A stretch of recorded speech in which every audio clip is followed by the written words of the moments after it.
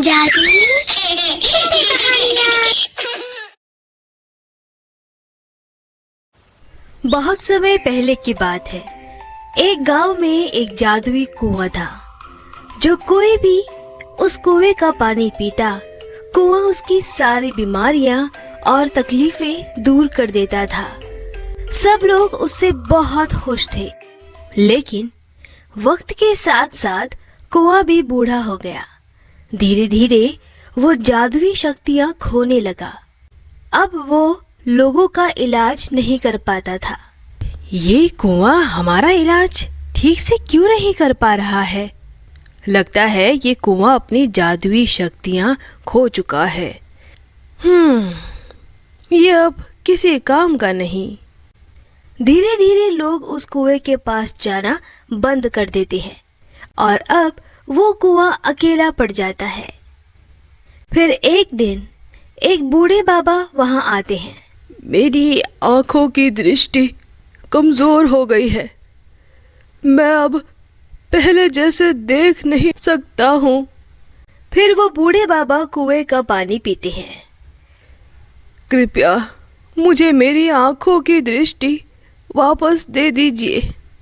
इतना कहकर बूढ़े बाबा वहां से चले जाते हैं और कुआं रोने लगता है। मैं अब किसी काम का नहीं रहा। मैंने अपनी जादुई शक्तियां खो दी है।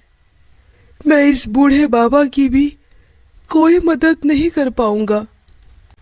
तभी एक परी कुएं को रोते हुए देख लेती है और उससे पूछती है, अरे तुम रो क्यों रहे हो? तुम तो लोगों की बीमारियां दूर करते हो। अगर तुम खुद ही इतने उदास रहोगे तो लोगों की बीमारियां कैसे दूर करोगे? इसलिए तो मैं रो रहा हूँ। मैं अब लोगों का इलाज नहीं कर पाऊंगा। मैं अपने बुढ़ापा की वजह से अपनी जादुई शक्तियां खो चुका हूँ। अब मैं किसी काम का नहीं रहा। परी कुछ देर के लिए सोचती है और कहती है, मुझे बहुत प्यास लगी है। क्या मैं तुम्हारे कुएं से थोड़ा पानी पी सकती हूँ? और हाँ, हमारी परियों की दुनिया में पानी की बहुत समस्या है। हमारे तालाब सूख चुके हैं। क्या तुम हमें थोड़ा पानी दे सकते हो? जरूर, क्यों नहीं। आपको जितना पानी चाहिए आप उतना ले सकती हैं।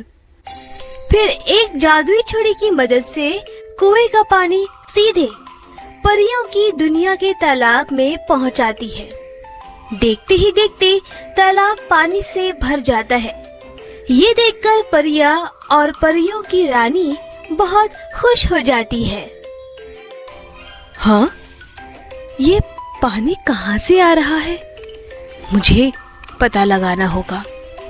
परियों की रानी उस कुएं को ढूंढ लेती है। वो देखती है कि पानी उस कुएं में से आ रहा है। रानी परी, हमें पानी इस कुएं से मिल रहा है। ये कुआं बहुत ही दयालु और उदार है। मैं अपनी जादुई शक्तियां खो चुका हूँ। मैं अब पहले जैसे लोगों का इलाज नहीं कर पाता। मैं किसी काम का नहीं रहा। मेरे प्यारे कुएं, जादुई तो तुम्हारा दिल है। तुम्हारी मेहरबानी और दया की वजह से हम परियों को पानी मिला। तुमने हमारी जान बचाई है। किसी भी व्यक्ति में सिर्फ काबिलियत ही नहीं, बल्कि दूसरों की मदद करने की इच्छा भी होनी चाहिए।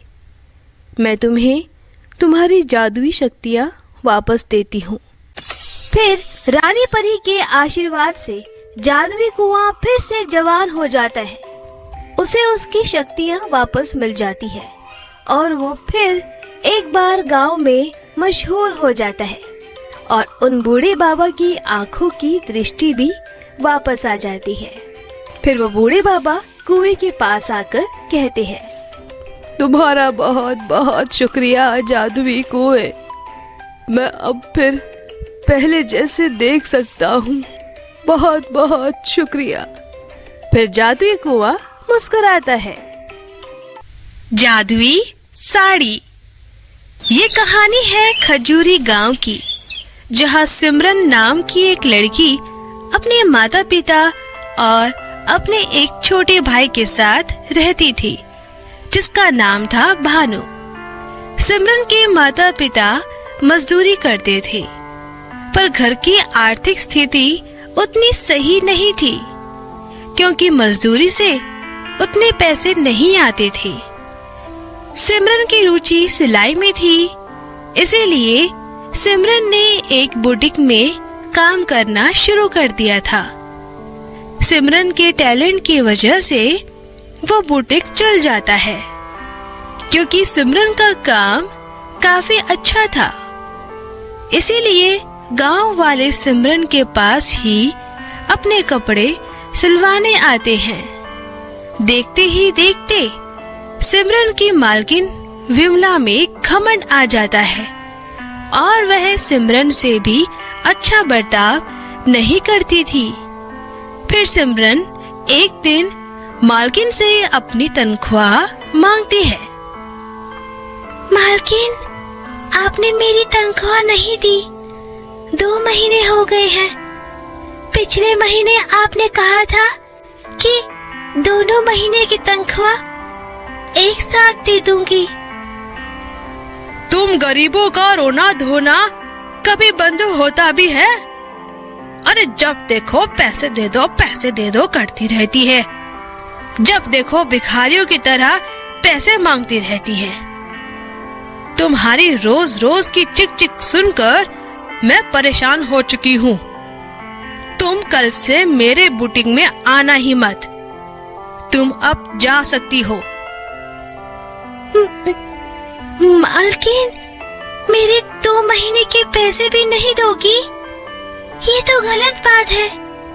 आप एक गरीब लड़की के ऊपर अत्याचार कर रही हैं। उसके पेट पर लात मार रही हैं।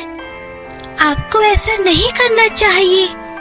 कम से कम मेरी मेहनत के पैसे तो मुझे दे दीजिए। अब तू जाती है या नहीं, या फिर मैं तुझे धक्के मार के बाहर निकालूं? अगर मेरे सामने ज्यादा बकबक की तो मैं तुझे झूठे केस के इल्जाम में पुलिस के हवाले भी कर सकती हूँ। तेरी भलाई इसी में है। चुपचाप चली जा यहाँ से। सिमरन वहाँ से चली जाती है और रास्ते में बैठकर रो रही होती है। अब मैं घर में क्या जवाब दूंगी? मेरी 2 महीने की मेहनत बर्बाद हो गई। अब तो राशन भी खत्म हो गया है। अब मैं कहाँ काम करूंगी? मेरे माँ बाप कब तक ऐसे मजदूरी करते रहेंगे?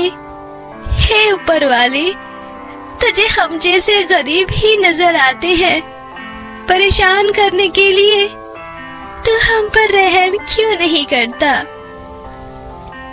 सिमरन का उतरा हुआ चेहरा देखकर सिमरन की माँ पूछती है, बेटा सिमरन, क्या हुआ? सब ठीक है? आज तुझे तनख्वाह मिलने वाली थी ना? सिमरन अपनी माँ को सब बता देती है। फिर सिमरन की माँ कहती है, बेटा तू चिंता मत कर, सब ठीक हो जाएगा। हम हैं ना तेरे साथ। अगले दिन सिमरन काम ढूंढने के लिए निकल जाती है। तभी सिमरन की नजर एक बुटीक पर पड़ती है।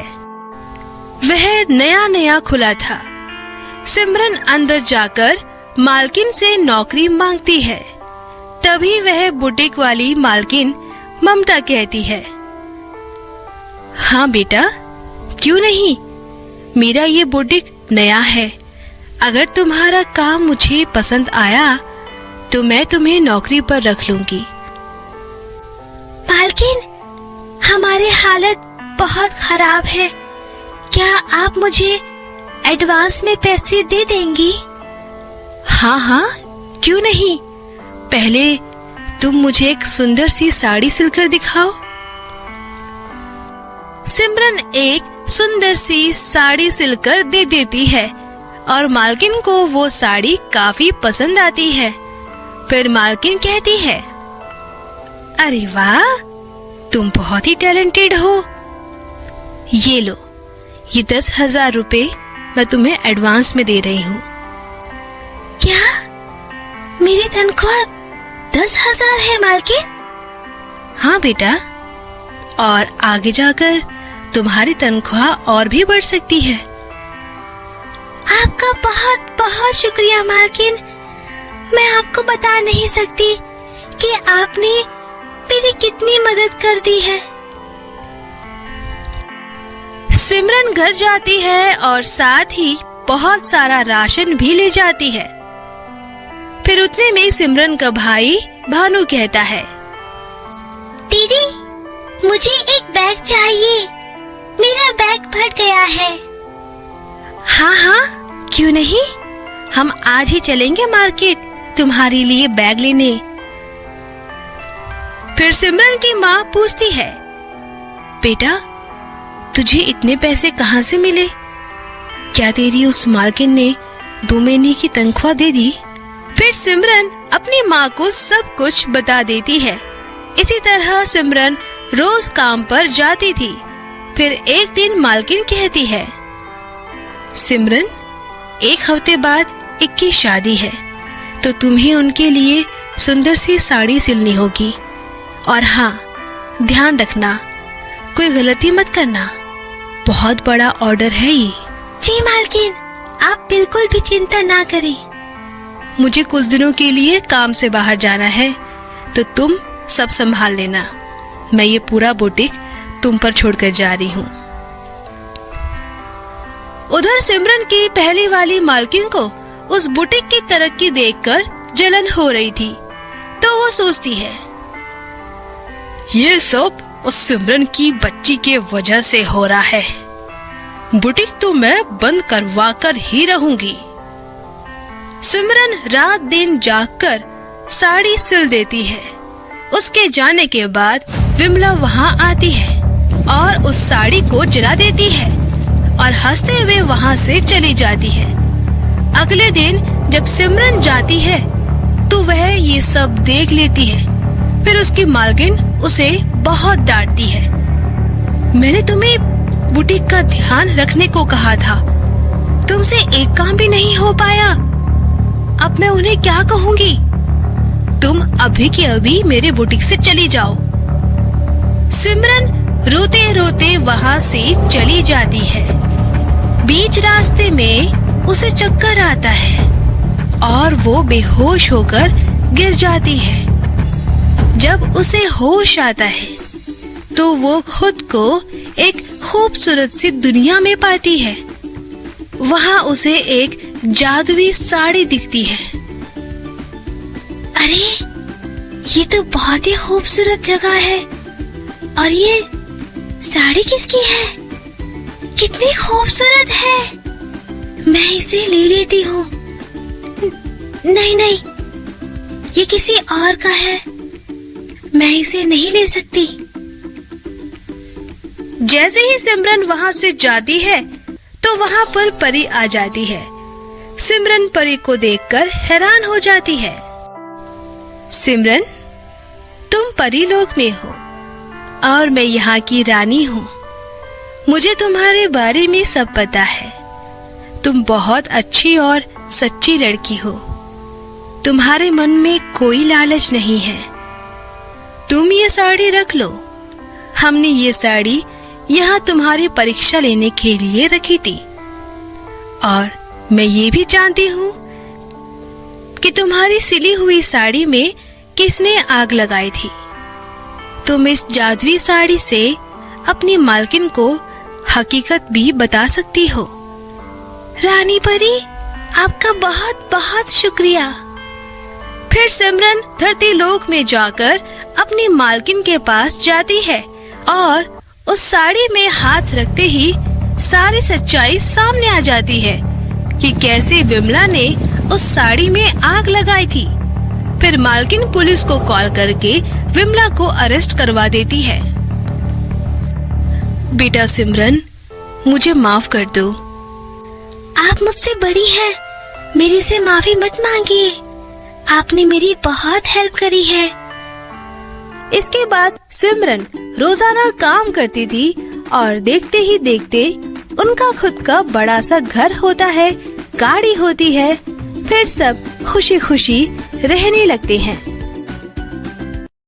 तो दोस्तों, अगर आपको हमारी कहानी पसंद आई हो तो इसे लाइक करना और शेयर करना और हमारे चैनल को सब्सक्राइब करना मत भूलना।